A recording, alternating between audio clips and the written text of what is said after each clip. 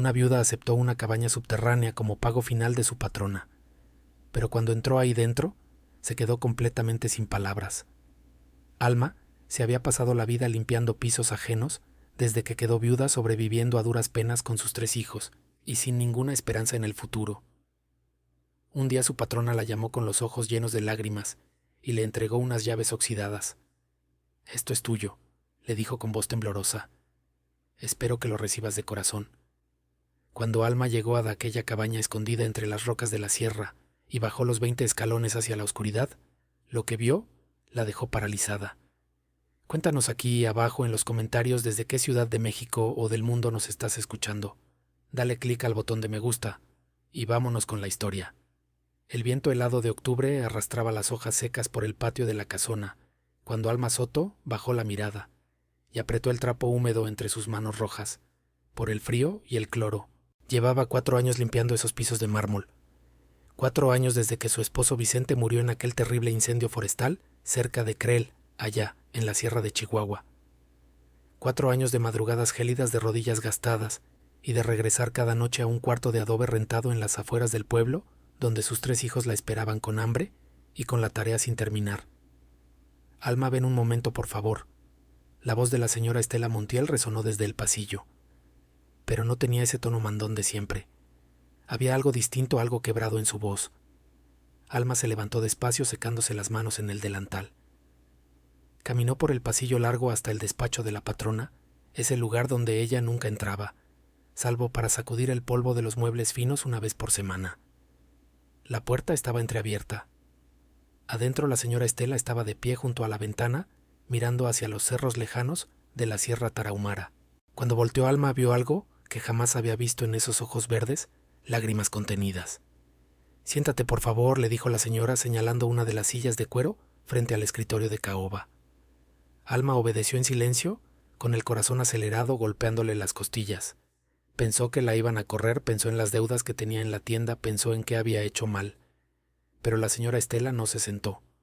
En cambio, abrió el cajón del escritorio y sacó un juego de llaves viejas, oxidadas, amarradas con un cordón rojo.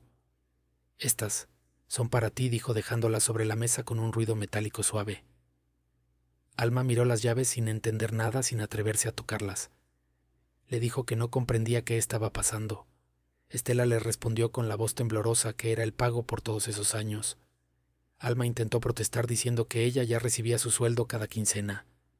«No hablo de dinero», Alma, le aclaró la patrona. «Hablo de una deuda que mi familia tiene contigo, una deuda de sangre de hace muchos años». El aire en la habitación se puso pesado. Alma sintió un nudo en la garganta. «Esas llaves», continuó Estela, «abren una cabaña. No es grande ni lujosa. Está construida en el terreno de la antigua hacienda de mi padre, justo al pie de la sierra. Pero es tuya, completamente tuya, y las escrituras ya están a tu nombre». Alma negó con la cabeza asustada. «Señora, yo no puedo aceptar eso». Tu marido, la interrumpió Estela, y esta vez las lágrimas le rodaron libres por las mejillas. «Tu marido salvó a mi padre. Yo tenía 8 años. Fue en el verano del 98. Un incendio arrasó con medio bosque cerca de la Junta. Mi papá se había quedado atrapado en la camioneta, desmayado por el humo. Vicente lo sacó, lo cargó en sus hombros y lo llevó hasta la carretera. Yo lo vi todo desde lejos. Nunca olvidé su cara». Alma sintió que el piso se movía bajo sus pies. Vicente nunca le había contado nada de eso. Jamás presumió de ser un héroe. Simplemente regresaba cada noche con olor a ceniza y a pino quemado, le daba un beso a los niños y se quedaba dormido en el sillón de tan cansado que estaba.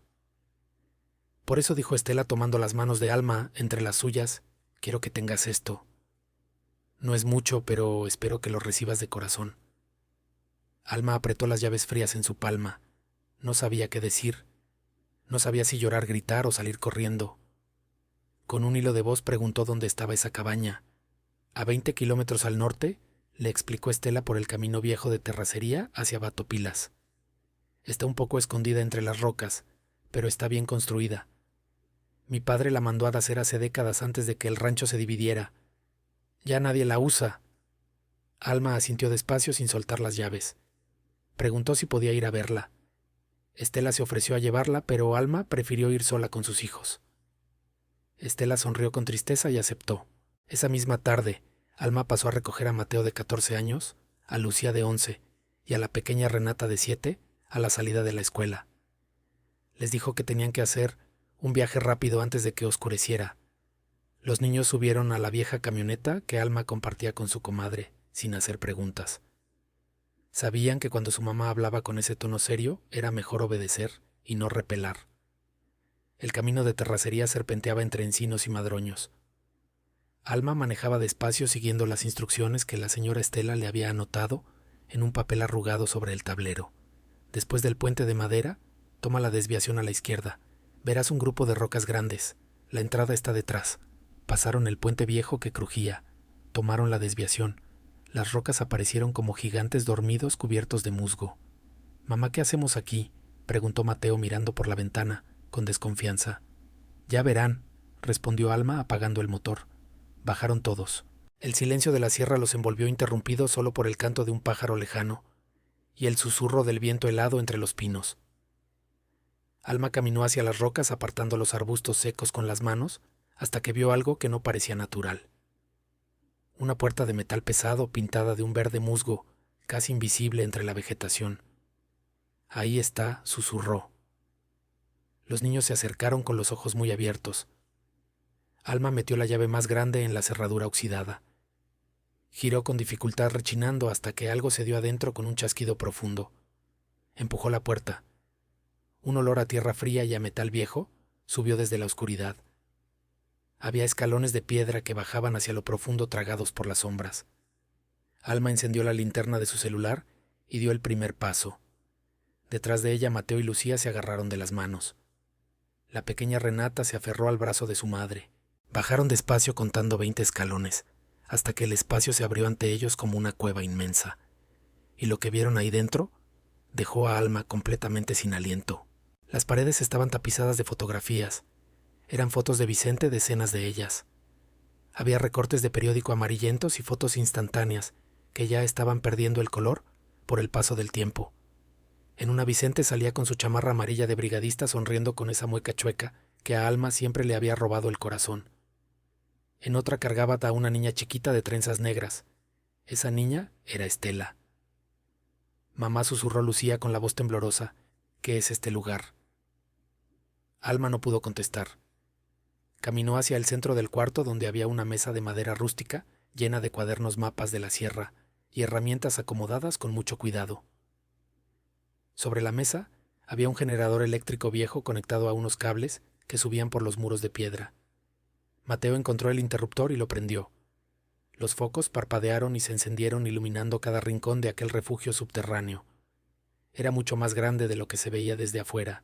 Había un catre en una esquina con cobijas gruesas de lana, un estante de metal lleno de latas de comida, garrafones de agua y medicinas. Todo estaba limpio, ordenado, como si alguien lo hubiera estado cuidando con mucho esmero. Pero lo que más llamaba la atención era el mural. Ocupaba toda la pared del fondo. Era un collage gigante hecho con mucho cariño y paciencia. Había fotos de Vicente en el monte, cartas escritas a mano con letra de niño, y dibujos de una niña chiquita, donde se veía a un hombre sacando a otro de las llamas. También había recortes que hablaban del gran incendio del 98 y medallas de reconocimiento. Y en el centro, enmarcada con madera tallada a mano, una foto grande de Vicente cargando a Estela el día del rescate. Abajo, una placa de bronce decía: «Al héroe que salvó a mi papá. Gracias por regalarme más años con él. Estela Montiel, 1998». Alma se tapó la boca con las manos. Las lágrimas se le soltaron sin control. «Papá», murmuró la pequeña Renata tocando una de las fotos con sus deditos. «Es mi papá». Mateo se acercó a los cuadernos de la mesa y abrió uno al azar. Las hojas estaban llenas de la letra de Vicente. Esa letra apretada y chueca que Alma conocía tan bien. Eran listas, planos, cuentas. Planes para hacer más grande la cabaña, diseños para juntar agua de lluvia y notas sobre cómo volver este lugar un refugio para las familias de la ranchería en caso de incendios forestales o heladas fuertes. «Mamá», dijo Mateo con la voz quebrada. «Mi papá estaba planeando algo aquí, algo grande». Alma agarró el cuaderno de las manos de su hijo y leyó como pudo a través de las lágrimas. Vicente había anotado fechas, nombres de gente del pueblo que podía necesitar ayuda y cálculos de comida para meter hasta 10 familias durante una semana. Había dibujado planos para poner literas y mejorar la ventilación. Una nota en la orilla decía: «Este lugar puede salvar vidas, no es para mí. Es para la raza, para cuando más lo necesiten». Alma cerró el cuaderno y lo abrazó contra su pecho. Vicente había estado trabajando en esto a escondidas. A lo mejor por eso llegaba tarde algunas noches. A lo mejor por eso se iba los fines de semana diciendo que tenía que checar las torres de vigilancia forestal. No se estaba haciendo el héroe. Estaba construyendo algo para proteger a los demás, para pagar el favor que sentía que le debía a la vida. Y nunca se lo dijo a ella. Lucía se fue a otro rincón y encontró una caja de madera cerrada con un candado chiquito. Pegada con cinta había una nota con la letra de la señora Estela que decía: «Ábrela cuando estés lista». Alma miró la caja con el corazón a 1000 por hora. Le temblaban las manos cuando probó la llave más chica del juego. Abrió perfectamente. Levantó la tapa despacio.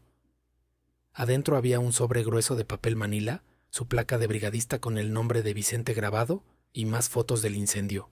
Pero había algo que hizo que el mundo se detuviera. Una escritura notariada.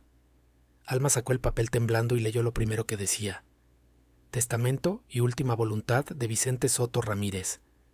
El papel se le cayó de las manos porque la fecha del documento era de apenas 2 semanas antes de su muerte. Vicente había dejado instrucciones muy claras sobre qué hacer con la cabaña, con los planes y con todo lo que había construido en secreto. Pero en el fondo de la caja había algo más envuelto en un trapo rojo. Alma lo agarró con dedos torpes y lo desenvolvió con cuidado. Era un reloj de oro antiguo, el reloj del abuelo de Vicente ese que él siempre decía que se había perdido. Cuando le dio la vuelta, grabadas en la parte de atrás, había unas palabras que le helaron la sangre. «Para mi familia cuando llegue el momento. Confía en Estela. Ella sabe todo». Afuera el viento helado de la sierra empezó a soplar con más fuerza. A lo lejos por el camino de terracería se escuchó el rugido de un motor acercándose. Alma levantó la vista hacia la entrada de la cueva. Alguien acababa de llegar. El motor se apagó justo afuera. Se oyó el golpe seco de una puerta al cerrarse y luego pasos pesados sobre la grava y las hojas secas. Alma guardó rápido el reloj en la bolsa de su pantalón y se levantó limpiándose las lágrimas con el dorso de la mano. Renata se aferró a su pierna preguntando quién era. Alma le pidió que se quedara tranquila y subió los 20 escalones con el corazón golpeándole el pecho. La luz naranja del atardecer entraba por la puerta entreabierta, recortando la silueta de una mujer alta que esperaba afuera con los brazos cruzados. Cuando Alma salió por completo, reconoció de inmediato a la señora Estela. Pero no venía sola. Junto a ella había un señor ya mayor de unos 70 años, con el pelo totalmente blanco y un bastón de madera tallada en la mano derecha. Estela se disculpó con voz suave por llegar así sin avisar, pero le confesó que no había podido dejar de pensar en ella y en lo que debía estar sintiendo allá abajo. El señor dio un paso adelante. Tenía los ojos de un azul deslavado, pero brillaban con una calidez que sorprendió a Alma. Con voz rasposa pero firme, le preguntó si ella era Alma, la esposa de Vicente. Alma asintió despacio sin quitarle la vista de encima. El hombre le extendió la mano y se presentó como Heriberto Montiel, el padre de Estela, el hombre al que su marido le había salvado la vida hacía 27 años. Alma le estrechó la mano. A pesar de la edad, el agarre de don Heriberto era fuerte y cálido. Alma murmuró que no tenía por qué haber venido hasta allá. Pero Heriberto le respondió con firmeza que claro que tenía que ir. Le dijo que llevaba años esperando ese momento, años, pensando en cómo agradecerle a Vicente lo que hizo. Y cuando supo que había muerto se le quebró la voz y confesó que se había sentido el hombre más cobarde del mundo por no haberlo buscado antes. Estela le puso una mano en el hombro a su papá y explicó que él quería venir desde el principio, pero que ella le pidió que esperara para que Alma pudiera descubrir todo a su propio ritmo. Alma los miró a los dos sin entender del todo qué más había que descubrir. Fue don Heriberto quien rompió el silencio.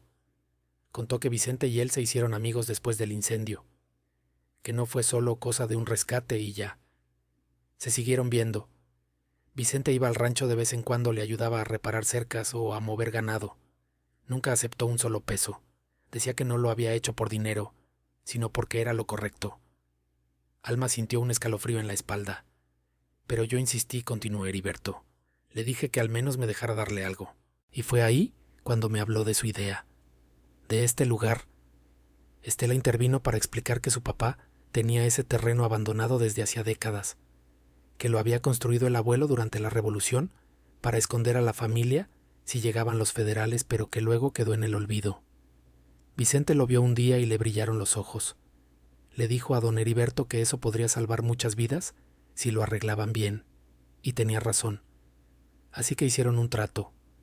Heriberto le daba acceso total a la cabaña y Vicente la iba arreglando poco a poco para que cuando estuviera lista sirviera para ayudar a la gente de la sierra que lo necesitara. Alma se llevó una mano al pecho sintiendo que le faltaba el aire. Preguntó por qué Vicente nunca le dijo nada. Estela le respondió con ternura que quería darle la sorpresa. Quería tenerlo todo listo antes de contarle. Decía que ella era una mujer muy fuerte que cargaba con mucho y que quería darle algo hermoso, algo de lo que pudiera sentirse orgullosa. Don Heriberto contó que Vicente trabajó ahí casi 3 años. Iba los fines de semana y a veces entre semana después de sus turnos en la brigada forestal. Instaló el generador, reforzó los muros, juntó las provisiones. Todo lo que estaba allá abajo era obra de sus manos. Y el mural, dijo Estela con la voz quebrada, eso fue idea mía. Vicente me dejaba venir de vez en cuando. Yo le traía fotos y recortes que había guardado desde niña. Él se reía, decía que no hacía falta tanto alboroto, pero yo quería que supiera lo que significaba para mi familia. Don Heriberto se apoyó en su bastón y suspiró hondo. Dijo que el día que murió Vicente, iba en camino hacia la cabaña. Iba a terminar de instalar la ventilación, pero el incendio estalló en la carretera, y él, bueno, ya sabían lo que pasó. No pudo quedarse de brazos cruzados, tuvo que bajarse a ayudar. Alma cerró los ojos recordando ese día como si fuera ayer. La llamada del jefe de brigada, las palabras frías. Vicente no salió. Quedó atrapado rescatando a una familia de turistas. Después de su muerte, continuó Estela, mi papá y yo, seguimos cuidando el lugar, limpiando, manteniendo todo en orden, esperando el momento justo para entregártelo. Queríamos estar seguros de que estuvieras lista, dijo Heriberto, de que recibir esto no te fuera a romper más de lo que ya estabas. En ese momento la voz de Mateo resonó desde el fondo de la cueva. Mamá, tienes que ver esto. Alma bajó corriendo los escalones seguida por Estela y don Heriberto. Mateo estaba pálido sosteniendo un cuaderno abierto frente a una de las paredes. Le dijo que su papá había escrito algo ahí, algo sobre ella. Alma tomó el cuaderno con manos temblorosas. Era una nota fechada 3 semanas antes del accidente. La letra se veía nerviosa, apurada. Vicente había escrito que le dijo a don Heriberto que quería que Alma tuviera las escrituras si algo le pasaba, que el patrón se rió y le dijo que no hablara de tragedias, que todavía estaba chavo, pero que uno nunca sabe, que trabajando con fuego el peligro está diario, y que si algo pasaba necesitaba que Alma supiera que eso no era solo una cabaña, era una promesa de que siempre habría un lugar seguro para ella y los niños, un lugar donde nadie pudiera tocarlos. Alma soltó un sollozo. Estela la abrazó y le susurró al oído que él la amaba muchísimo. Don Heriberto se aclaró la garganta y sacó un sobre del bolsillo interior de su chamarra. Dijo con voz grave que había algo más, que Vicente le pidió que le entregara eso si faltaba. Le extendió el sobre sellado con lacre rojo. Alma rompió el sello y sacó una carta doblada. La leyó en voz alta con la voz hecha pedazos. Mi amor, si estás leyendo esto es que ya no estoy. Y perdóname por no haberte dicho todo, por guardar secretos. Pero quiero que sepas que cada decisión fue pensando en ti y en los niños. Este lugar es para ustedes. Úsalo para ayudar a la raza. Recuerda que la vida que más vale es la que se vive para los demás. Te amo. Siempre te he amado y siempre voy a estar contigo. Tuyo, Vicente. El silencio llenó la cabaña, solo roto por el llanto suave de sus hijas. Alma dobló la carta con cuidado y la guardó. Le dio las gracias a don Heriberto y a Estela por cuidar la memoria de su esposo. El viejo asintió con los ojos húmedos y le dijo que ahora era su turno, que ella decidía qué hacer con todo eso. Y entonces, desde afuera volvió a escucharse el ruido de motores. Pero esta vez no era uno solo. Eran varios y venían rápido rugiendo por el camino. Mateo corrió a asomarse y gritó con voz tensa que había 3 camionetas llegando y que no se veían nada amigables. Don Heriberto y Estela intercambiaron una mirada de alarma. El viejo murmuró que no podía ser, que no creía que fuera tan pronto. Alma preguntó quiénes eran, sintiendo que el corazón se le salía. Heriberto apretó su bastón con fuerza y dijo con voz sombría que eran los hijos de su hermano, sus sobrinos, que llevaban años tratando de quitarle esas tierras y que seguro se enteraron de que le había dado la cabaña a alguien más.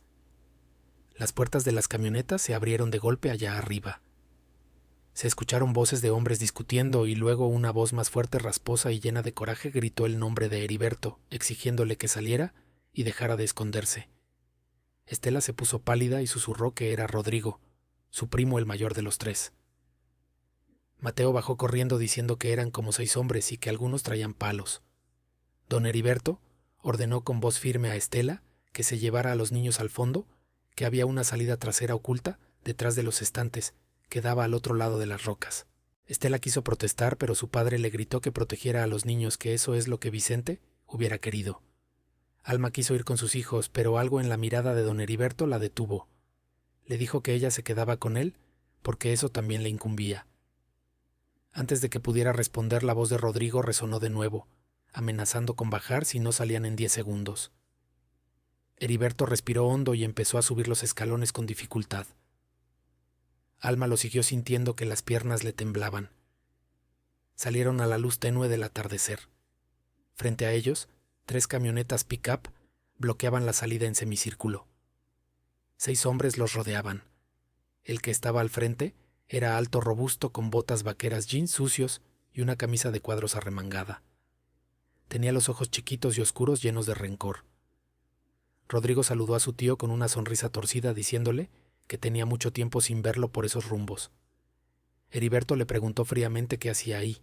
Rodrigo respondió con falsa sorpresa que había ido a ver qué andaba tramando en tierras que no eran suyas. El viejo le contestó firme que esas tierras eran de él, escrituradas a su nombre desde hacía 40 años. Rodrigo se acercó un paso seguido por sus hombres. Replicó que su papá, el hermano de Heriberto, nunca estuvo de acuerdo con la herencia del abuelo, que Heriberto se había quedado con todo, y a ellos les había dejado las sobras. El viejo le recordó que su padre había firmado los papeles por su propia voluntad, pero Rodrigo gritó que eso era mentira, que lo había manipulado. Uno de los hombres de atrás, más joven y con cara de pocos amigos, dio un paso al frente y dijo con voz burlona que se habían enterado de algo muy interesante, que le había regalado la cabaña a una desconocida. Señaló a Alma con desprecio. Alma sintió las miradas clavándose en ella como cuchillos. Heriberto la defendió diciendo que no era ninguna desconocida y que lo que él hiciera con sus propiedades no era asunto de ellos. Rodrigo se intervino diciendo que claro que era asunto de ellos, porque si esa tierra iba a pasar a manos de extraños, entonces tenían derecho a pelear por lo que les correspondía. El viejo les dijo tajante que no les correspondía nada. Rodrigo soltó una risa amarga y le dijo a sus compinches que escucharan eso, que después de todo lo que habían sufrido, el viejo se daba la gran vida en el rancho, mientras ellos se partían el lomo. Heriberto, temblando de rabia, le contestó que él había trabajado cada día de su vida y que no iba a dejar que vinieran a arrebatarle lo suyo, solo porque ellos habían tomado malas decisiones. El silencio se puso tenso y pesado. Rodrigo se acercó a menos de 2 metros de su tío y con voz baja y amenazante le advirtió que se iba a arrepentir de haberle dado la cabaña a esa mujer, que iban a hacer todo lo necesario para que esas tierras volvieran a la familia. Heriberto se irguió lo más que pudo y le preguntó si lo estaba amenazando. Rodrigo sonrió fríamente y le dijo que él no amenazaba, que él avisaba. Alma sintió que la sangre se le helaba. El tal Ismael se le acercó mirándola de arriba abajo, con asco, preguntándole quién era ella y qué le había hecho al viejo para que le regalara un pedazo de tierra. Alma sintió una oleada de furia en el pecho y le contestó con voz firme que su esposo le había salvado la vida a don Heriberto y que esa cabaña era un agradecimiento. Ismael se burló diciendo que qué conveniente era el cuento del héroe muerto y que apostaba a que ni siquiera tenía papeles. Alma sacó el sobre del bolsillo y les dijo que ahí tenía las escrituras firmadas y notariadas. Rodrigo se le fue encima tratando de arrebatárselas. Alma retrocedió a tiempo, pero uno de los hombres la agarró fuerte del brazo. Heriberto golpeó el suelo con su bastón y les gritó que la soltaran. Rodrigo lo retó con desdén preguntándole qué iba a hacer si iba a pelear él solo contra todos. El viejo apretó los dientes sabiendo que no tenía oportunidad, pero amenazó con refundirlos en la cárcel si le hacían daño a ella o a sus hijos. Rodrigo soltó una carcajada preguntándole con qué pruebas, si ahí no había testigos y que era la palabra de un viejo contra 6 hombres. El tipo que sostenía ahí a Alma la empujó. Ella cayó de rodillas sobre la tierra. En ese momento se oyó el grito de Mateo. ¡Mamá! El muchacho salió corriendo de la cabaña seguido por sus hermanas. Estela venía detrás tratando de pararlos, pero fue inútil. Rodrigo vio a los niños y su sonrisa se hizo más grande. Dijo con sarcasmo que ya estaba la familia completa. Se agachó hasta quedar a la altura de Alma, que seguía en el suelo, y le dijo con voz helada: «Tienes una semana para devolver las escrituras de esta cabaña y largarte de aquí con tus mocosos. Si no lo haces, vamos a venir de noche, y no vamos a tocar la puerta». Alma, temblando pero sin bajar la mirada, le dijo que no tenía derecho, que esa propiedad era legalmente suya. Rodrigo le susurró tan cerca que le olió el aliento a tabaco y cerveza, que los papeles se podían quemar, que los abogados se podían comprar, y que los accidentes pasaban todos los días en la sierra. Se levantó y le hizo una seña a sus hombres para irse, pero antes de subirse a la camioneta se volteó una última vez y gritó: «Ah, y otra cosa, si intentas ir a la policía te va a ir peor, porque el comandante del pueblo es primo mío, así que piénsalo bien, viuda». Las camionetas arrancaron levantando una nube de polvo y piedras, alejándose por la terracería hasta desaparecer entre los pinos. El silencio que dejaron era ensordecedor. Alma se quedó ahí tirada, respirando con dificultad. Mateo la abrazó fuerte preguntándole si estaba bien. Ella asintió, aunque por dentro estaba deshecha. Don Heriberto se acercó cojeando con la cara desencajada, pidiéndole perdón, diciendo que no pensó que se enterarían tan rápido. Alma se puso de pie con ayuda de su hijo y lo interrumpió diciéndole que no era su culpa. Estela, con los ojos llenos de lágrimas, advirtió que ellos iban a volver y que no iban a venir a negociar. Alma miró hacia la entrada de la cueva. Miró las paredes de roca que la escondían del mundo. Miró las llaves que todavía tenía apretadas en la mano. Y entonces, con una claridad que no había sentido en años, supo exactamente qué tenía que hacer. Dijo con voz firme que no se iba a ir, que esa cabaña era suya, que Vicente trabajó ahí, soñó ahí, y que no iba a dejar que unos matones le quitaran lo único que le quedaba de él. Heriberto la miró con sorpresa diciéndole que no podía enfrentarlos sola, que eran peligrosos. Alma respondió que lo sabía, y que por eso no iba a estar sola. Se volteó hacia Estela y le dijo que necesitaba su ayuda, que tenían que hablar con la gente del pueblo, con los que conocieron a Vicente, con los que él ayudó, porque si Rodrigo creía que podía asustarlos, estaba muy equivocado.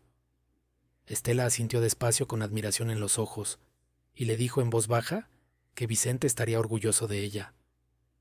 Alma tragó saliva y miró a sus hijos. Les dijo que entraran porque tenían mucho que planear. Bajaron juntos por los escalones de piedra dejando atrás la luz naranja del atardecer. Pero cuando Alma llegó al fondo de la cabaña, algo llamó su atención sobre la mesa de trabajo. Uno de los cuadernos de Vicente estaba abierto. No era el mismo que Mateo había revisado antes. Este era diferente, tenía las pastas de color negro. Alma se acercó y leyó el título escrito en la primera página con letra grande y segura: Plan de emergencia en caso de amenaza o peligro. Y debajo una lista numerada con instrucciones precisas. El corazón de Alma comenzó a latir más rápido porque se dio cuenta de que Vicente no solo había construido un refugio contra el clima, había planeado exactamente qué hacer si alguien trataba de quitárselo a su familia. Alma pasó los dedos por las páginas del cuaderno. La letra de Vicente era clara, metódica, como si hubiera sabido que algún día alguien necesitaría seguir esas instrucciones al pie de la letra. La primera página decía: si estás leyendo esto significa que alguien está amenazando este lugar o a las personas que lo cuidan. No tengas miedo. Todo lo que necesitas está aquí. Solo tienes que seguir los pasos. Alma sintió un nudo en la garganta. Era como si Vicente estuviera ahí hablándole desde el pasado, guiándola. Lucía se acercó con cuidado, preguntando qué decía el cuaderno. Alma le respondió sin apartar los ojos del papel que su papá había dejado un plan para defender ese lugar. Don Heriberto y Estela se acercaron también leyendo por encima del hombro de Alma. El plan estaba dividido en secciones numeradas. La primera se titulaba Documentación y pruebas. Paso 1. Asegúrate de que las escrituras estén resguardadas en 3 lugares diferentes. Una copia con el notario del pueblo, el licenciado Ramón Esquivel, en su despacho de la calle Juárez. Otra copia en la caja de ahorros La Sierra, a nombre de Heriberto Montiel. Y una tercera copia escondida dentro de la cabaña. Alma levantó la vista hacia Heriberto preguntándole si él había hecho eso. El viejo asintió despacio. Dijo que Vicente se lo pidió hace 2 años, que le dijo que había que estar preparados por si algo pasaba. Él pensó que exageraba, pero Vicente insistió tanto que finalmente aceptó. Mateo preguntó dónde estaba la copia escondida. Alma siguió leyendo. En la siguiente página había un croquis dibujado a mano. Mostraba la cabaña desde arriba con una X marcada en una esquina específica. Decía que estaba detrás del tercer estante en una caja de metal soldada a la pared. Mateo corrió hacia los estantes del fondo, movió las latas de atún y las herramientas, hasta que encontró una pequeña caja gris empotrada en el muro de concreto. Estaba cerrada con un candado. Gritó que ahí estaba. Alma probó con la tercera llave del juego que Estela le había dado. Encajó perfectamente. Abrió la caja y adentro encontró un sobre de plástico sellado. Lo sacó con cuidado. Adentro había copias certificadas de las escrituras, fotos del terreno y algo más. Una carpeta con documentos legales. Alma abrió la carpeta y comenzó a leer. Eran denuncias. Denuncias formales que Heriberto había presentado años atrás contra Rodrigo y sus hermanos por intentar invadir partes del rancho, por destruir cercas y por amenazas de muerte. Alma le preguntó a don Heriberto por qué nunca le habló de eso. El hombre suspiró y se sentó en una de las sillas con pesadez. Admitió con voz cansada que tenía vergüenza. Vergüenza de que su propia sangre fuera capaz de eso. Dijo que presentó las denuncias pero que nunca avanzaron en la comandancia. Rodrigo tenía amigos ahí y siempre encontraba la forma de que los papeles se perdieran. Estela tomó uno de los documentos y dijo que esas denuncias seguían siendo válidas porque estaban selladas de recibido. Si volvían a presentar una nueva denuncia, podían usar eso como antecedente de acoso. Alma volvió al cuaderno de Vicente. El paso 2 decía: busca aliados, gente del pueblo que conozca la verdad, gente que haya sido ayudada o que respete lo que estás haciendo. Debajo había una lista de nombres escritos con tinta azul. Don Esteban Ríos, el carpintero, al que le arregló el taller después de la granizada. Doña Carmela Vega, la maestra de la primaria, a cuyo hijo encontró perdido en el monte. El ingeniero Patricio Salazar, médico del pueblo con quien trabajó en las brigadas de salud. El padre Ignacio Ruiz, el párroco con quien organizaba las colectas. Había más nombres, 15 en total. Alma sintió algo cálido expandirse en su pecho. Vicente no solo había construido un refugio físico de piedra y cemento, había construido una red de personas que lo respetaban, que le debían algo, que recordaban su bondad. Estela dijo con emoción que conocía a casi todos. La maestra Carmela seguía dando clases, el padre Ignacio oficiaba misa los domingos, y don Esteban tenía su carpintería frente a la plaza principal. Alma dijo con determinación que tenían que hablar con ellos. Tenían que contarles lo que estaba pasando. Don Heriberto levantó la vista y por primera vez, desde que llegaron sus sobrinos, había esperanza en sus ojos. Dijo despacio que si lograban reunir a suficiente gente, Rodrigo no podría hacer nada, no se atrevería. Estela añadió que necesitaban moverse rápido.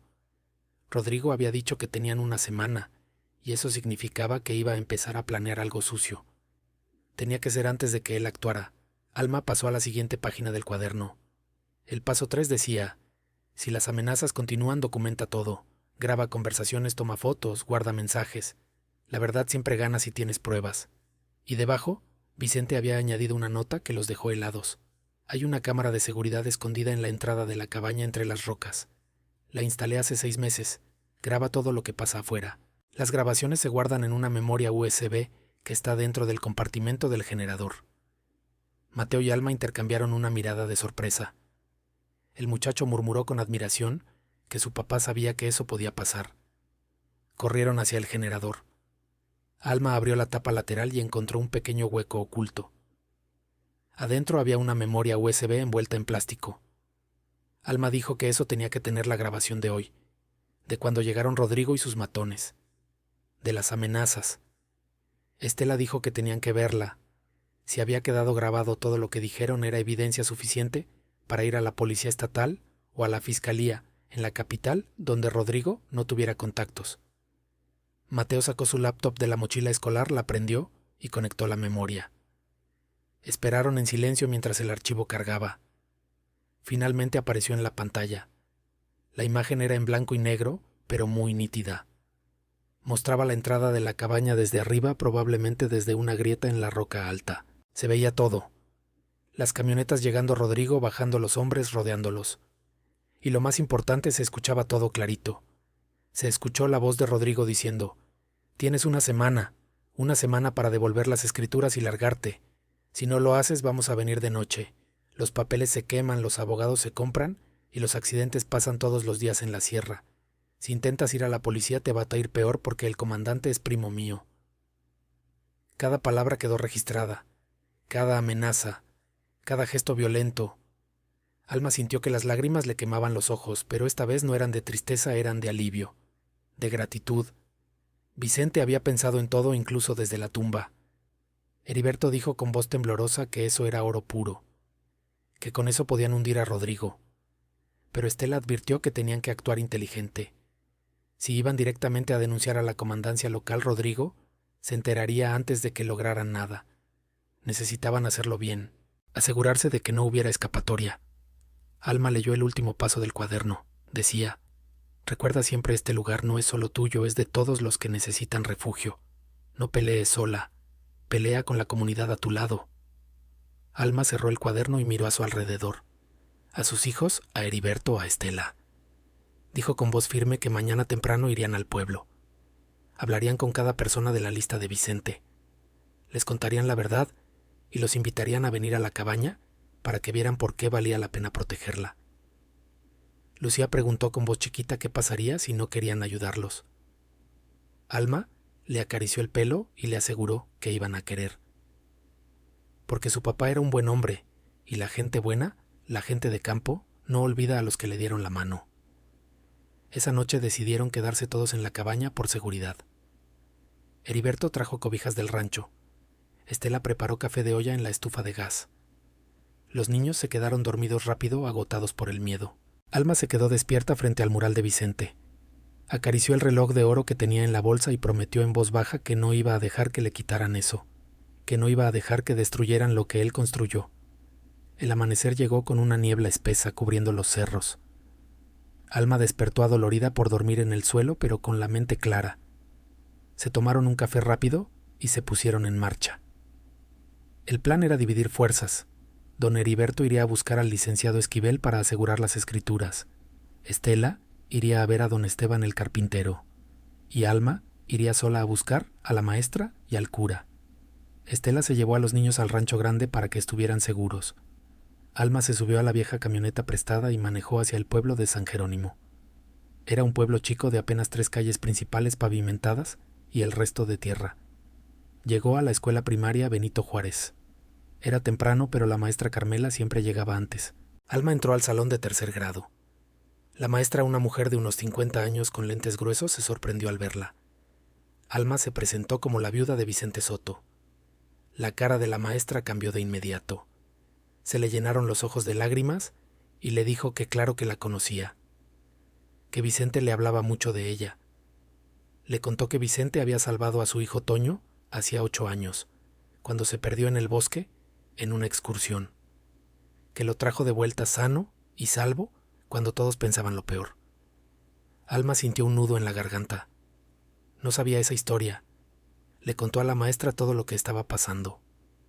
Las amenazas de Rodrigo, la cabaña, el plan de Vicente. La maestra escuchó en silencio, indignada. Al final se quitó los lentes y dijo con rabia que ese miserable de Rodrigo siempre había sido un abusivo, pero que ya bastaba. Le prometió a Alma que contara con ella, que iba a hablar con otros maestros y con los padres de familia. Alma salió de la escuela con una esperanza nueva. Su siguiente parada fue la iglesia de piedra frente a la plaza. El padre Ignacio estaba barriendo la entrada. Era un hombre delgado de barba canosa. Cuando Alma le dijo quién era el padre, la recibió con un abrazo. Le dijo que Vicente era un hombre de Dios, no porque rezara mucho, sino porque ayudaba al prójimo sin esperar nada. Cuando Alma le contó que el legado de Vicente estaba en peligro, el cura se puso serio. Miró hacia el cementerio del pueblo y dijo que iba a hacer algo más que ayudar, que iba a usar el púlpito en la misa para pedirle a todo el pueblo que se uniera a ella. Alma lloró de agradecimiento.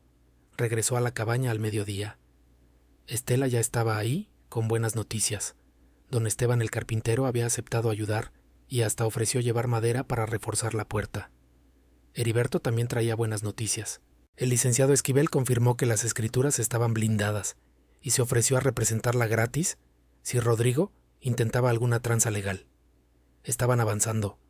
Sentían que las cosas por fin tomaban forma. Pero esa misma tarde, cuando el sol se empezaba a meter, recibieron una visita inesperada. Era una motocicleta vieja que llegó derrapando en la grava. El conductor no se bajó. Se quedó con el casco puesto hasta que Alma salió. Se quitó el casco y Alma vio que era Ismael, el primo más joven de Rodrigo, el que había estado ahí el día anterior con los otros matones. Alma le preguntó con voz firme qué quería. Ismael la miró incómodo, nervioso. No tenía la misma actitud burlona de ayer. Dijo en voz baja que venía a advertirle, que Rodrigo estaba planeando algo para mañana en la noche, que iba a traer gente de fuera, sicarios que no eran del pueblo, gente que no tenía problema en usar la violencia. Dijo que iban a entrar a la fuerza para quemar los documentos y sacarla a ella y a sus hijos. Alma sintió que el miedo le subía por la garganta. Le preguntó por qué le decía eso. Ismael bajó la mirada avergonzado. Confesó que él no estaba de acuerdo, que él conoció a Vicente, que una vez lo ayudó a sacar su camioneta del lodo y no le cobró nada, solo le dijo que ayudara a alguien más cuando pudiera. Dijo que Rodrigo estaba loco, que eso no era justo, y que él no quería ser cómplice de algo que iba a lastimar a una familia inocente. Alma le preguntó si estaba dispuesto a decirlo frente a la autoridad. Ismael asintió despacio. Dijo que si ella necesitaba testigos de lo que Rodrigo planeaba, él estaba dispuesto a declarar. Sin esperar respuesta, arrancó la moto y se fue a toda velocidad, perdiéndose en el camino. Alma se quedó parada en la entrada sintiendo el frío de la noche que llegaba. Heriberto salió detrás de ella pálido. Dijo que había escuchado todo, que eso se estaba poniendo mucho más peligroso. Alma asintió apretando los puños. Dijo que entonces tenían que apurarse. La reunión con el pueblo tenía que ser mañana mismo en la mañana, y que ya no podían confiar en la policía local. Tenían que llamar a la estatal. Esa noche hicieron llamadas, mandaron mensajes, y movieron cada pieza posible. Alma se acostó abrazando el reloj de Vicente pidiéndole fuerza. Sabía que la verdadera batalla apenas estaba por comenzar. El amanecer del día siguiente llegó con un cielo rojo sangre sobre la sierra. Alma lo tomó como una señal, aunque no sabía si buena o mala. Se levantó antes que los demás y salió de la cabaña para respirar el aire helado de la montaña. La niebla se había ido y los pinos se alzaban como guardianes silenciosos alrededor del lugar.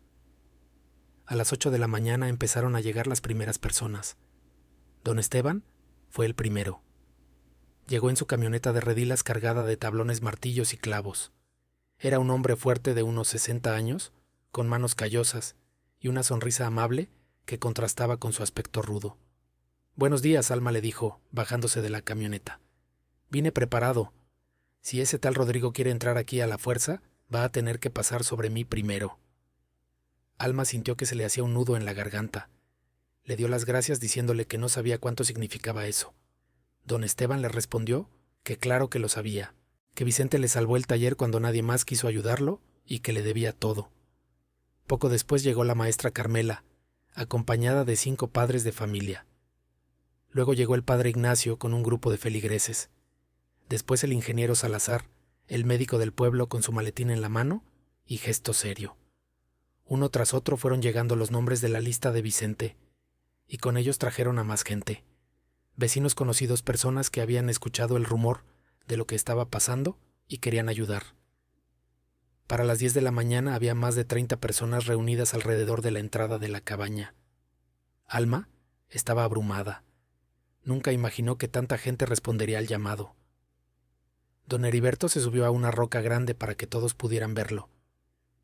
«Quiero agradecerles a todos por venir», dijo con voz fuerte, aunque le temblaba un poco. «Sé que muchos tienen chamba, familias, cosas que hacer. Pero están aquí porque Vicente Soto significó algo para ustedes, porque este hombre dedicó su vida a ayudar a la raza sin esperar nada a cambio». Hubo murmullos de aprobación entre la gente. Algunos asintieron, otros se limpiaron las lágrimas. Este lugar, continuó Heriberto, señalando la entrada de la cueva, era el sueño de Vicente, un refugio, un espacio seguro para las familias del pueblo en tiempos de desgracia. Y ahora ese sueño está amenazado por gente que solo piensa en su propio bolsillo, por gente que quiere destruir lo que no construyó. La voz de Heriberto se quebró, pero respiró hondo y siguió. «Mi sobrino Rodrigo cree que puede asustar a Alma. Cree que puede quitarle lo que legalmente es suyo. Pero se equivoca, porque Vicente no solo construyó paredes de concreto, construyó una comunidad, y esa comunidad está aquí hoy, para proteger su legado».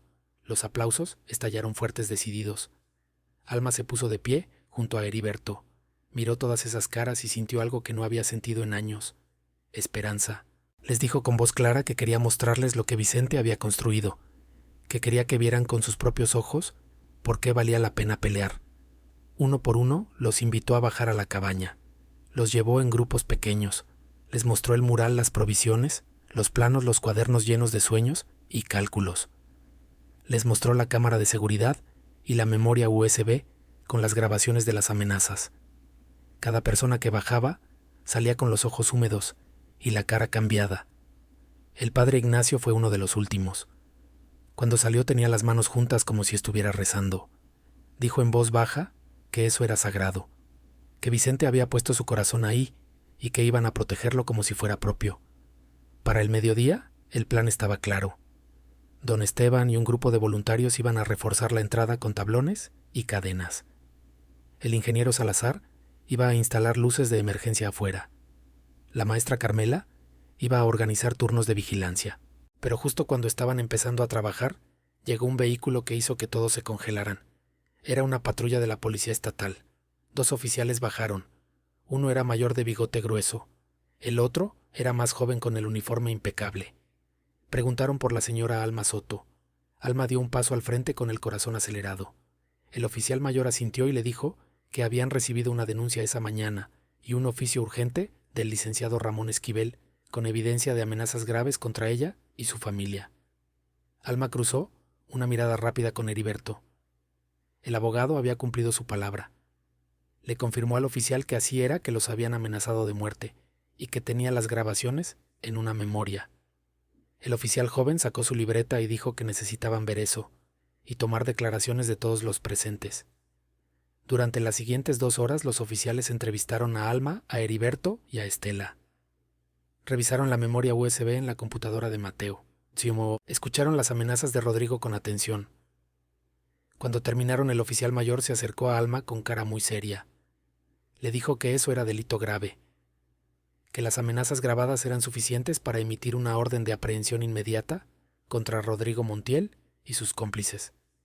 Dijo que iban a proceder con la denuncia formal y que iban a dejar la unidad ahí destacada para garantizar su seguridad.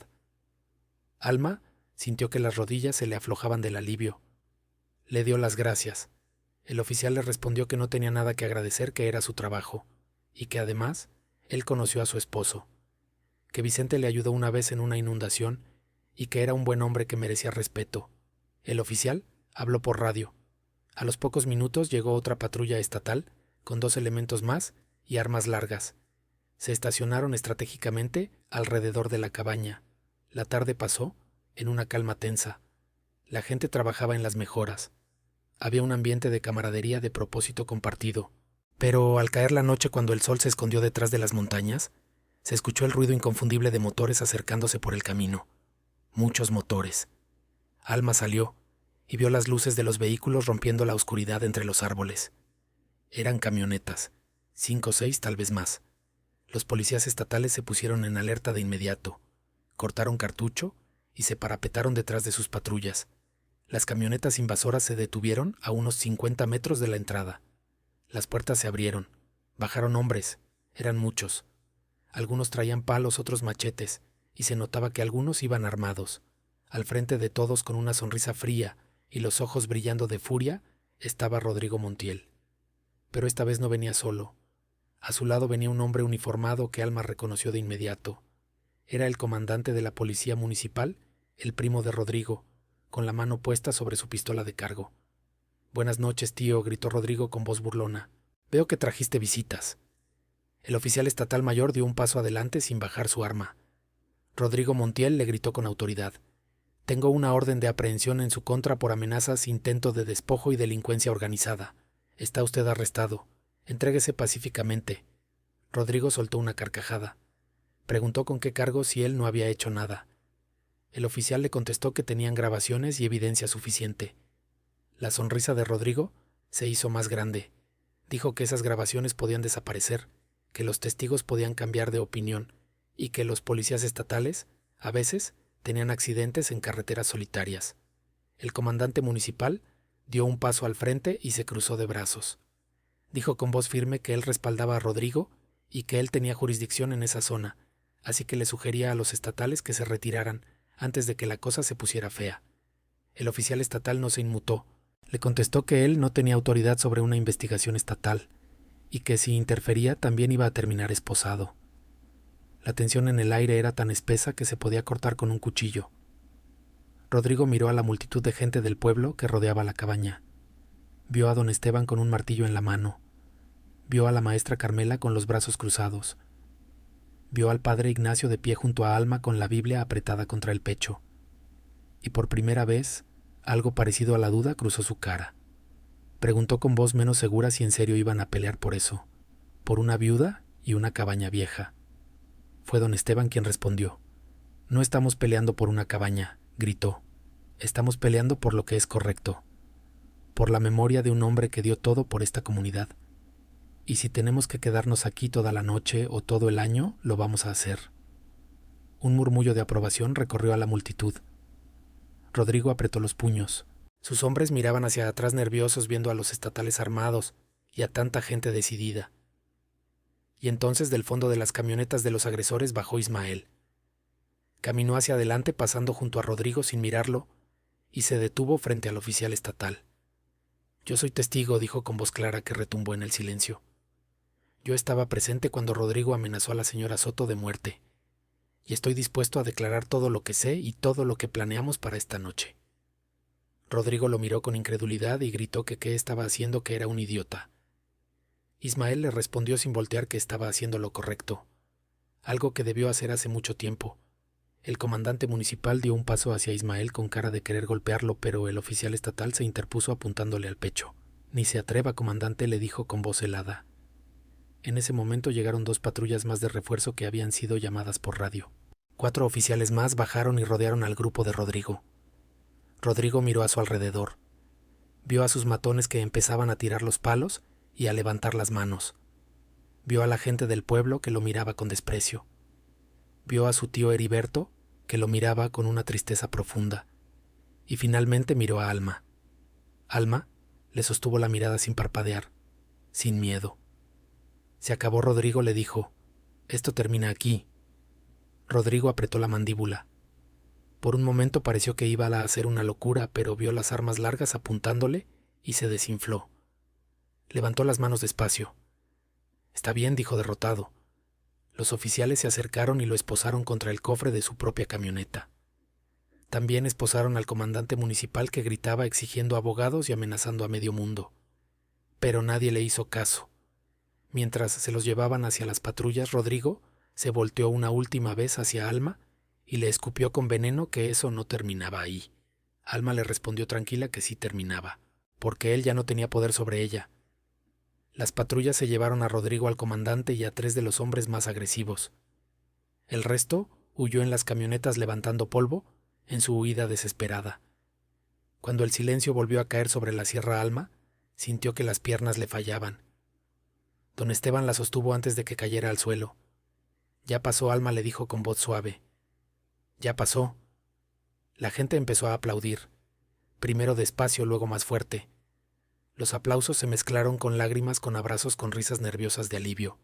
El padre Ignacio se acercó a Alma y le puso una mano en el hombro. Le dijo que Vicente estaría muy orgulloso de ella. Alma asintió incapaz de hablar por el llanto atorado.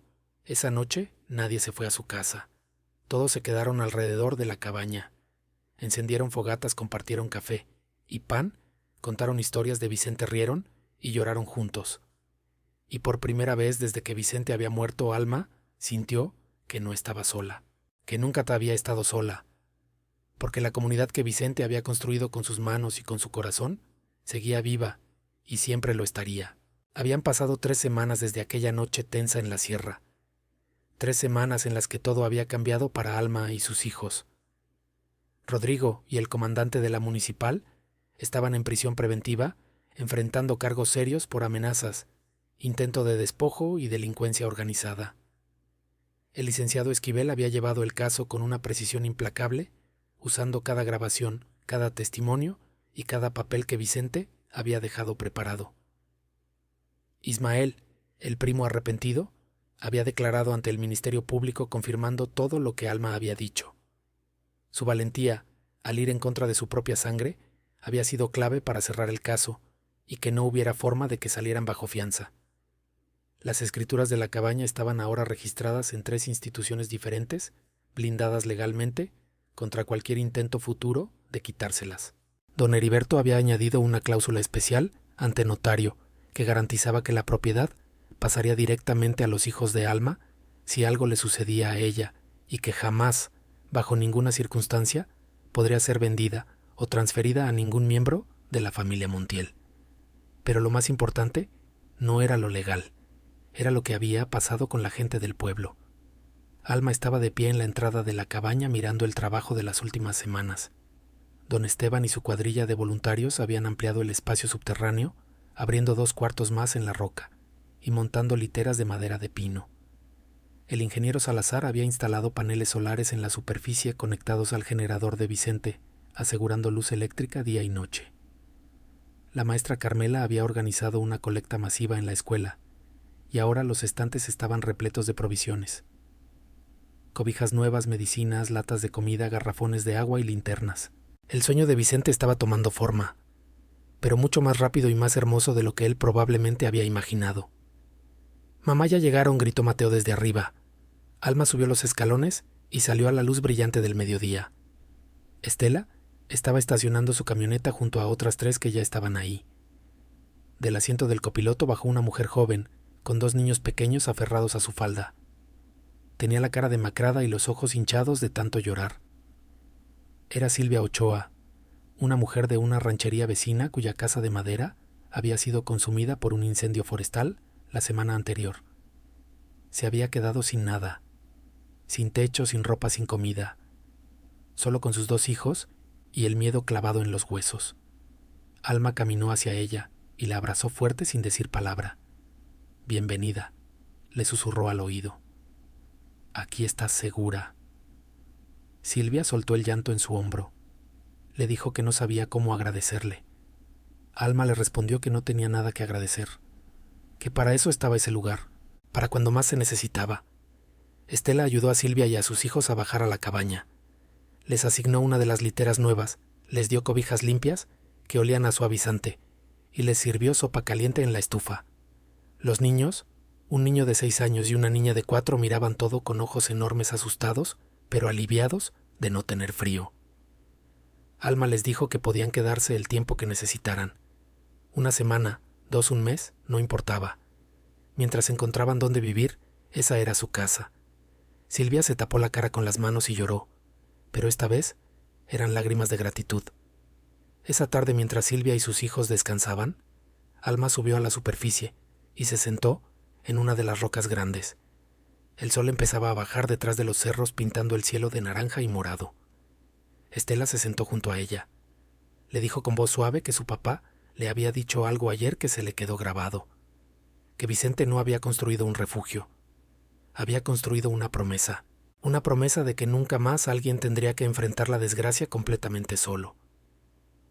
Alma sintió que los ojos se le llenaban de agua. Dijo con voz quebrada que él siempre fue así. siempre pensando en los demás. Confesó que a veces se enojaba con él porque llegaba tarde o porque se iba los fines de semana, pero que ahora entendía. No era que no los amara, era que su amor era tan grande que no cabía solo en su casa. Tenía que compartirlo con el mundo. Estela le apretó la mano y le dijo que ella ya estaba cumpliendo esa promesa, que estaba haciendo realidad su sueño. Alma asintió limpiándose las lágrimas. Dijo que todavía faltaba mucho. Quería hacer más literas, instalar un baño mejor y poner un sistema para filtrar el agua de lluvia. Quería que el lugar pudiera recibir hasta 20 familias si era necesario. Estela le aseguró que lo iba a lograr, porque no estaba sola. Toda la comunidad estaba con ella. Como si el universo quisiera confirmar sus palabras en ese momento, llegó otra camioneta. Era el padre Ignacio acompañado de 3 muchachos del grupo juvenil de la parroquia. Traían cajas de libros juguetes usados pero en buen estado y cuadernos para colorear. El cura dijo con una sonrisa que pensaron que los niños que llegaran iban a necesitar algo con qué distraerse. Alma abrazó al padre agradeciéndole por todo. El sacerdote le respondió que él era quien debía agradecerle, porque ella le había recordado por qué eligió esa vida, para servir. Esa noche Alma reunió a sus 3 hijos en el cuartito privado que se habían armado al fondo de la cabaña. Tenían una litera triple y una lámpara que Mateo había colgado del techo. Les preguntó si sabían qué día era. Los niños negaron con la cabeza. Alma les dijo con voz suave que hacía exactamente 4 años y 3 semanas que su papá había muerto. El silencio llenó el cuarto. Renata se abrazó a su cintura. Lucía bajó la mirada. Mateo apretó los puños. Pero hoy, continuó Alma, no quiero que pensemos en su muerte. Quiero que pensemos en su vida, en todo lo que nos dejó. Sacó el reloj de oro de su bolsa y lo puso sobre la mesita de centro. Les dijo que ese reloj era del abuelo de su papá y que Vicente se lo dejó con un mensaje. Para mi familia cuando llegue el momento, confía en Estela. Ella sabe todo, y tenía razón.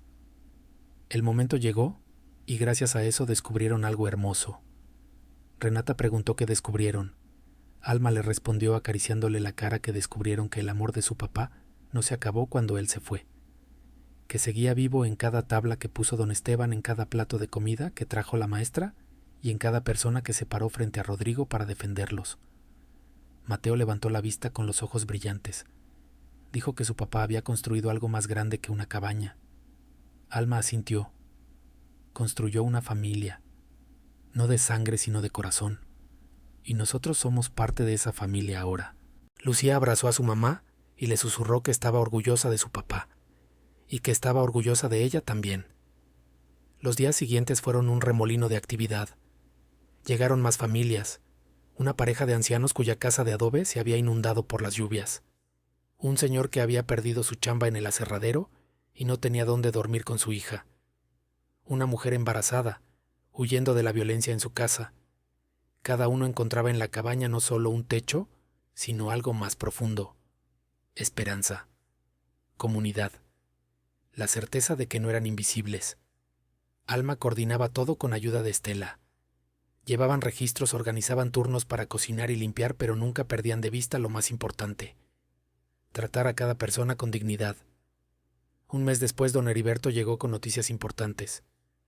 Le dijo a Alma que había estado hablando con unos empresarios allá en Chihuahua capital, gente que conocía el trabajo que estaba haciendo y querían ayudar.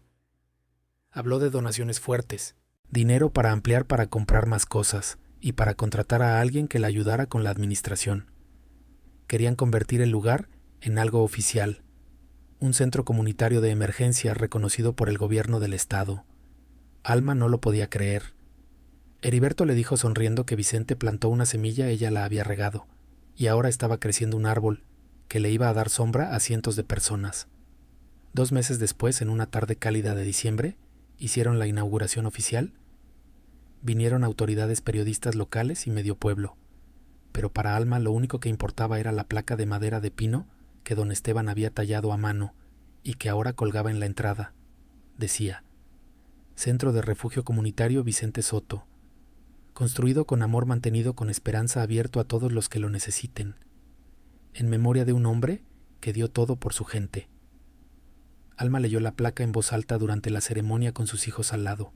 Cuando terminó, la gente aplaudió, lloró y se abrazó, y Alma, mirando a su alrededor, vio un sueño hecho realidad.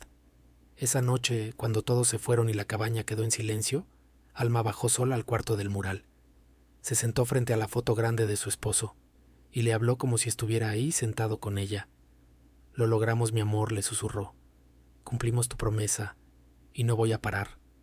Voy a seguir adelante por ti, por nuestros hijos y por cada persona que necesite un lugar seguro». Tocó la foto con los dedos trazando la cara de Vicente. Le dio las gracias por amarla tanto, por pensar en ella incluso después de irse, y por enseñarle que el amor verdadero no es el que se queda encerrado en la casa. Es el que se expande, el que toca vidas, el que cambia el mundo. Se quedó ahí un largo rato sintiendo la presencia de Vicente, no como un fantasma, sino en la solidez de las paredes en el generador, zumbando suavemente en cada detalle. Finalmente se levantó, subió los escalones despacio, salió a la noche estrellada de la sierra y sonrió. Porque ahora entendía algo que le había tomado años comprender. Vicente nunca los había abandonado. Su amor seguía vivo en cada acto de bondad, en cada familia refugiada, en cada niño durmiendo seguro. Y mientras hubiera personas dispuestas a cuidar ese legado, Vicente seguiría vivo para siempre. A veces pensamos que la mejor herencia que podemos dejar son cuentas de banco llenas o terrenos extensos. Pero la historia de Alma y Vicente allá en la sierra de Chihuahua nos enseña una verdad mucho más profunda. La verdadera riqueza no es lo que guardas para ti, sino lo que compartes con los demás. Vicente no dejó oro ni joyas. Dejó algo mucho más valioso. Dejó gratitud sembrada en los corazones de sus vecinos. Y cuando llegó la tormenta, cuando la injusticia quiso golpear a su familia, esa gratitud se convirtió en un escudo indestructible. Rodrigo tenía armas, dinero y poder, pero estaba completamente solo. Alma, en cambio, tenía la fuerza de toda una comunidad que no estaba dispuesta a dejarla caer. Al final, la vida siempre nos cobra o nos paga todo lo que hacemos. Si siembras egoísmo, cosechas soledad. Pero si como Vicente dedicas tu vida a echarle la mano a quien lo necesita, el día que tú lo necesites, nunca vas a estar solo. Esa es la lección que se queda grabada en esas paredes de piedra, que el amor es la única inversión que nunca falla. Si tú también crees que las buenas historias alimentan el alma y quieres seguir descubriendo relatos que nos hacen pensar y sentir, te invito a que te unas a esta gran familia. Suscríbete al canal para que no te pierdas la próxima historia que tenemos preparada especialmente para ti. Nos escuchamos pronto.